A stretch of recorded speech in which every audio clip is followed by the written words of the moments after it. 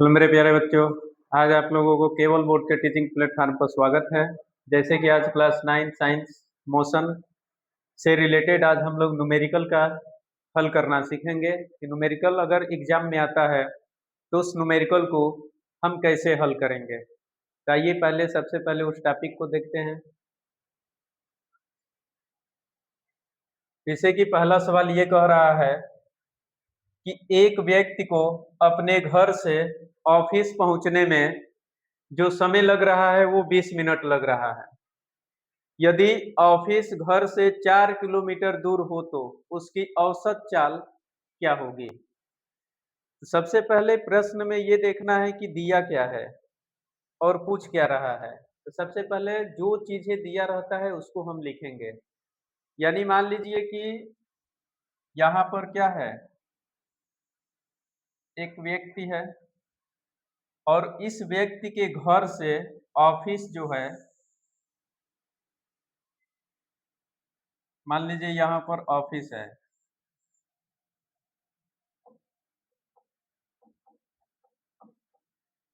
और ये उस व्यक्ति का घर है। घर से और ऑफिस की दूरी जो दे रहा है 4 किलोमीटर दे रहा है और व्यक्ति को समय जो दे रहा है 20 मिनट दे रहा है। तब ये व्यक्ति का औसत चाल क्या होगा ये हमें बताना है। तो सबसे पहले जो समय मिनट में दिया है इसको सेकंड में बदलेंगे। यानी t बराबर दिया है 20 मिनट और हम जानते हैं कि मिनट को जब सेकंड में बदलेंगे तो 1 मिनट जो होता है 60 सेकंड के बराबर होता है। तो 20 मिनट में 60 से गुणा कर देंगे, गुणा करेंगे तो टोटल आपका आ जाएगा 1200 सेकंड। और जो दूरी दिया है डिस्टेंस, ये आपका दे दिया है कितना, 4 किलोमीटर।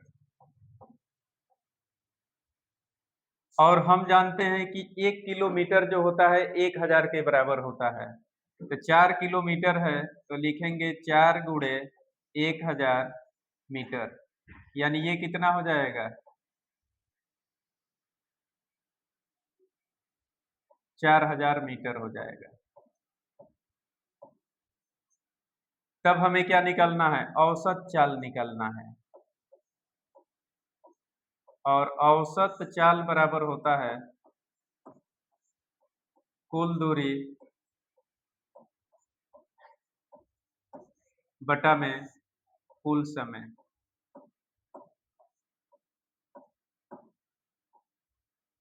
कुल दूरी कितना दिया है, तो 4000 दिया है और कुल समय कितना दिया है, तो 1200 दिया है। अगर इसको हम कटा देंगे 2 जीरो से तो हमारे पास क्या बच गया, 40 बटा में 12, ये मीटर होगा, अब प्रति सेकंड हो जाएगा।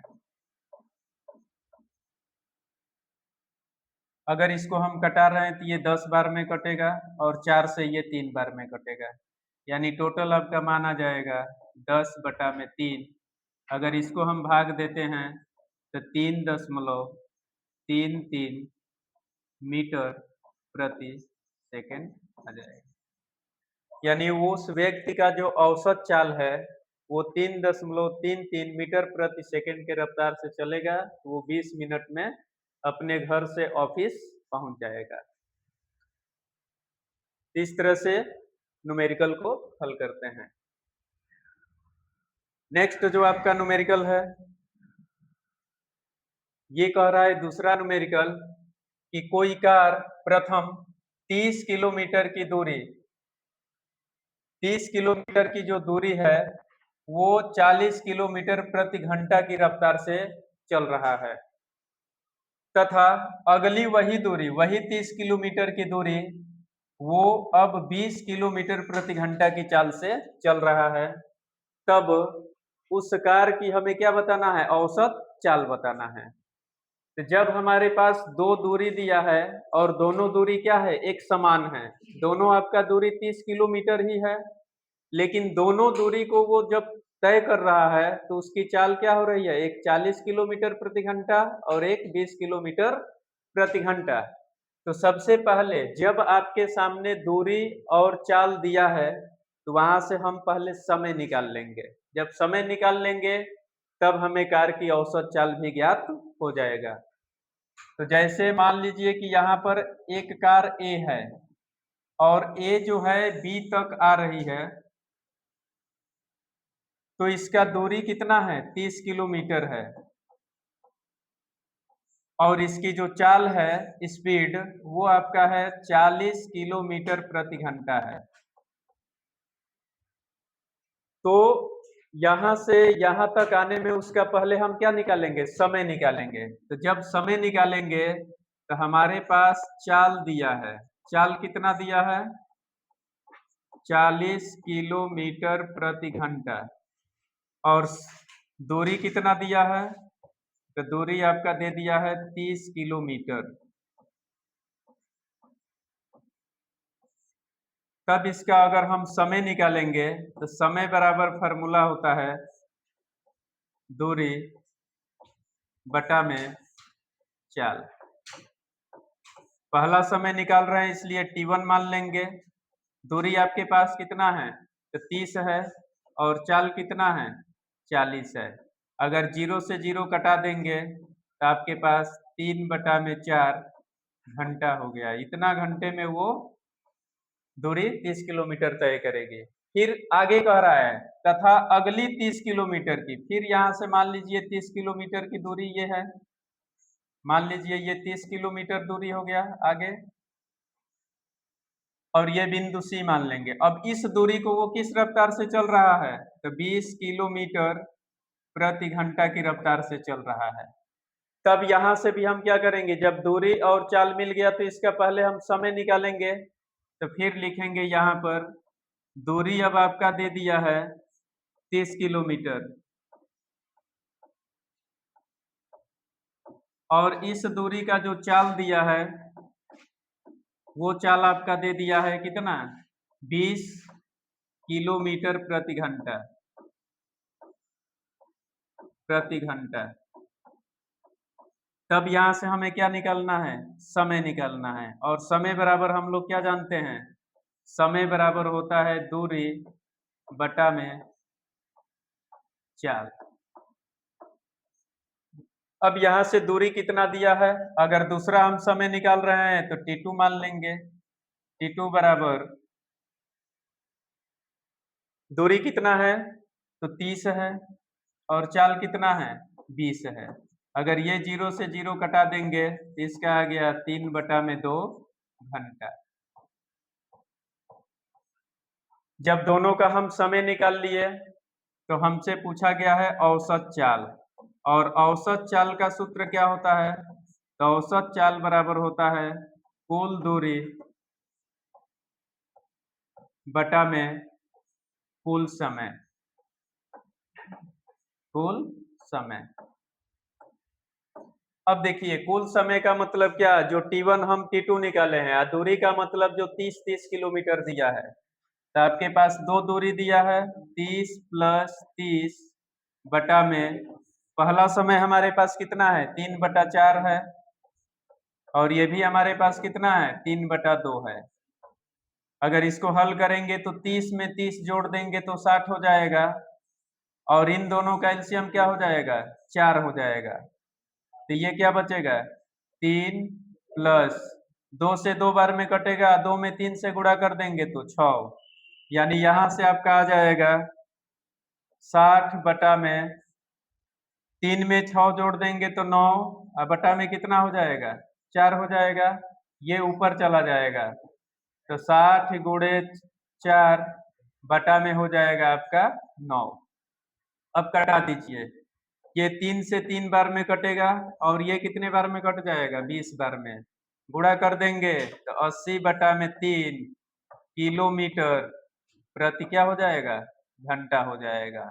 इस तरह से हल करते हैं। सबसे पहले क्या करेंगे, अगर चाल और दूरी दिया है तो वहां से समय निकालेंगे, फिर यहाँ से दूरी और चाल दिया है तो उसका समय निकाल लेंगे। उसके बाद प्रश्न क्या पूछा है, औसत चाल पूछा है, तो औसत चाल के लिए हम जानते हैं कुल दूरी बटा में कुल समय। अब हमारे पास दूरी क्या है, 30 किलोमीटर, यहाँ भी 30 किलोमीटर यहाँ भी है। इन दोनों दूरी को जोड़ देंगे। उसके बाद यहाँ से यहाँ तक की दूरी तय करने में उसका समय हम क्या निकाले हैं, 3/4, और दूसरा निकाले हैं 3/2। इन दोनों को हल कर देंगे, जो आएगा वही आपका आंसर होगा। नेक्स्ट प्रश्न है,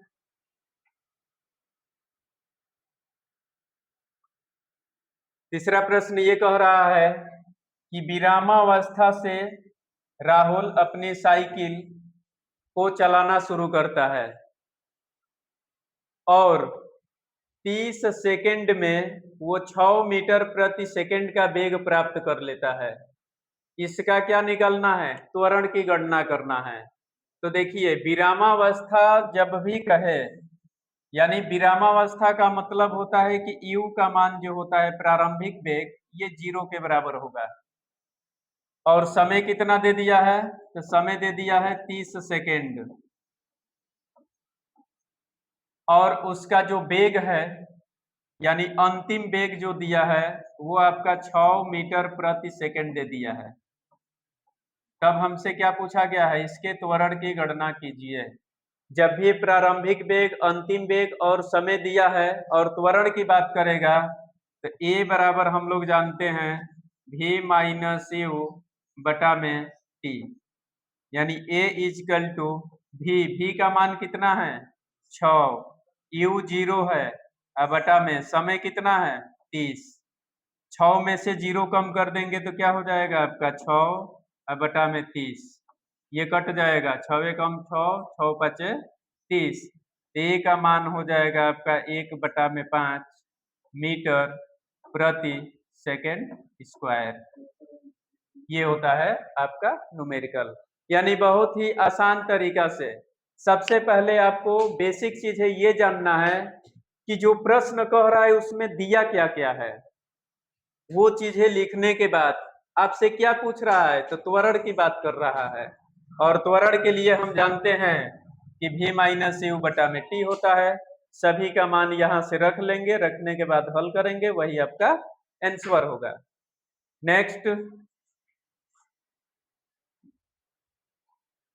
नेक्स्ट प्रश्न ये कह रहा है, एक बाइक की चाल 20 सेकेंड में 40 किलोमीटर प्रति घंटा से कितना हो जा रहा है, 60 किलोमीटर प्रति घंटा हो जा रहा है।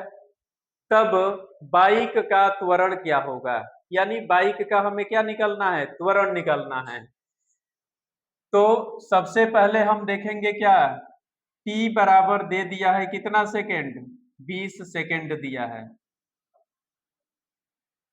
और इसका जो वेग है 40 किलोमीटर प्रति घंटा से कितना हो जा रहा है, 60 किलोमीटर प्रति घंटा। तो पहला जो मान दिया है ये प्रारंभिक वेग होता है, यानी u का मान दे दिया है आपका 40 किलोमीटर प्रति घंटा दिया है। और जहां भी किलोमीटर प्रति घंटा दे रहा है, अगर समय हमारा सेकंड में है तो इसको भी हम क्या करेंगे, मीटर प्रति सेकंड में बदल देंगे।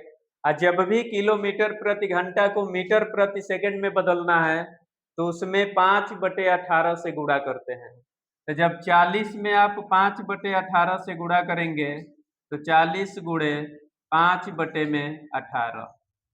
अब कटा दीजिए, 2 से ये कट जाएगा 9 बार में, और ये 20 बार में कटेगा। अगर दोनों का गुणा कर देंगे तो 20 पचे 100 बटा में हो जाएगा 9 मीटर प्रति सेकेंड। दूसरा जो आपका अंतिम वेग दिया है, ये v बराबर दे दिया है 60 किलोमीटर प्रति घंटा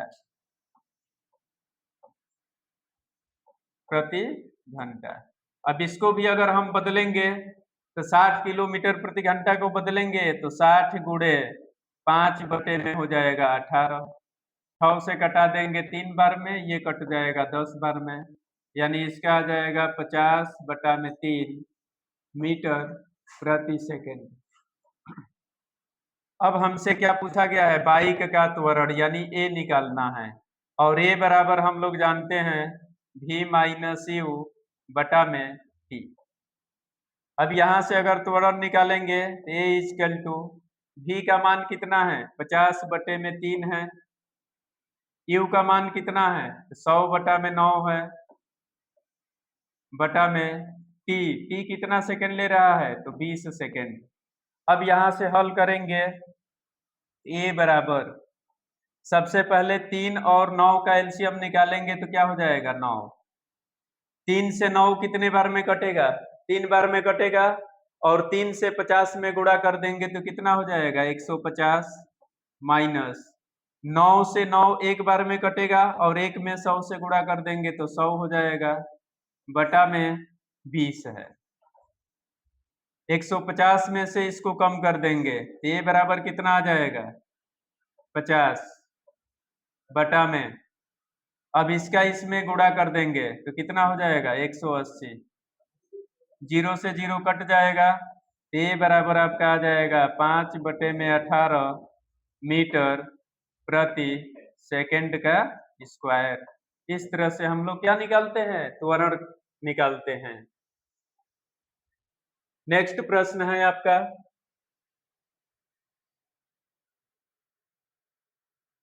कह रहा है कि एक बस की गति 5 सेकंड में 80 किलोमीटर प्रति घंटा से घटकर कितना हो जा रहा है 60 किलोमीटर प्रति घंटा हो जा रहा है, तब बस का क्या निकालना है त्वरण निकालना है। तो देखिए यहां से समय क्या दिया है आपके पास 5 सेकंड दिया है, यानी यहां से लिखेंगे t बराबर आपका हो जाएगा 5 सेकंड, और प्रारंभिक वेग जो दिया है u ये आपका दिया है 80 किलोमीटर प्रति घंटा। जहां भी किलोमीटर प्रति घंटा की बात करें उसमें 5 बटे 18 से गुणा कर देंगे। अब ये 2 से 9 बार में कटेगा और ये 40 बार में कट जाएगा, इसका गुणा करेंगे तो 200 बटा में हो जाएगा आपका 9, ये हो जाएगा मीटर प्रति सेकंड। दूसरा जो आपका वेग दिया है वो v दिया है, v बराबर कितना दिया है तो 60 किलोमीटर प्रति घंटा प्रति घंटा। जैसे इसको बदलेंगे इसमें भी 5 बटे 18 से गुणा कर देंगे। अब ये 6 से 3 बार में और ये 10 बार में गुणा कर देंगे तो आपका कितना आ जाएगा 50 बटा में 3 मीटर प्रति सेकंड। अब यहां से हमें त्वरण निकालना है, अगर त्वरण निकालेंगे तो फॉर्मूला हो जाएगा a equal to v minus u upon t. A equal to v का मान कितना दिया है तो v का मान दिया है 50 बटा में 3, u का मान कितना है 200 बटा में 9, और समय कितना दिया है 5। जब यहां से हल करेंगे तो आपका हो जाएगा एलसीएम क्या हो जाएगा 3 और 9 का एलसीएम 9 होगा, 3 से 9 कटेगा 3 बार में, 3 में 50 से गुणा करेंगे तो 150 माइनस ये हो जाएगा 200 बटा में क्या है 5 है। अगर 150 में से 200 कम कर देंगे तो कितना आ जाएगा -50 आ जाएगा, बटा में 5 का गुणा किस में करेंगे 9 में, यानी 9 गुणे हो जाएगा 5, 5 से 50 कट जाएगा 10 बार में, यानी आपका आंसर आ जाएगा -10 बटा में 9 मीटर प्रति सेकंड स्क्वायर। इस तरह से हम लोग क्या किए त्वरण का मान निकाल लिए। अगर यही त्वरण माइनस में आया है तो इसको हम मंदन भी कहते हैं। नेक्स्ट कह रहा है कि अब्दुल गाड़ी से स्कूल जाने के क्रम में औसत चाल को 20 किलोमीटर प्रति घंटा पाता है, उसी रास्ते से लौटने के समय वहां भीड़ कम है और औसत चाल कितना हो जा रहा है? 30 किलोमीटर प्रति घंटा। अब्दुल की पूरी यात्रा में उसकी चाल क्या है? अब देखिए इस प्रश्न में केवल हमारे पास क्या दिया है? उसकी औसत चाल के बारे में दिया है, यानी दूरी नहीं दिया है। तो सबसे पहले हम क्या करेंगे, मान लीजिए कि ये ए है और ये क्या है? बी है।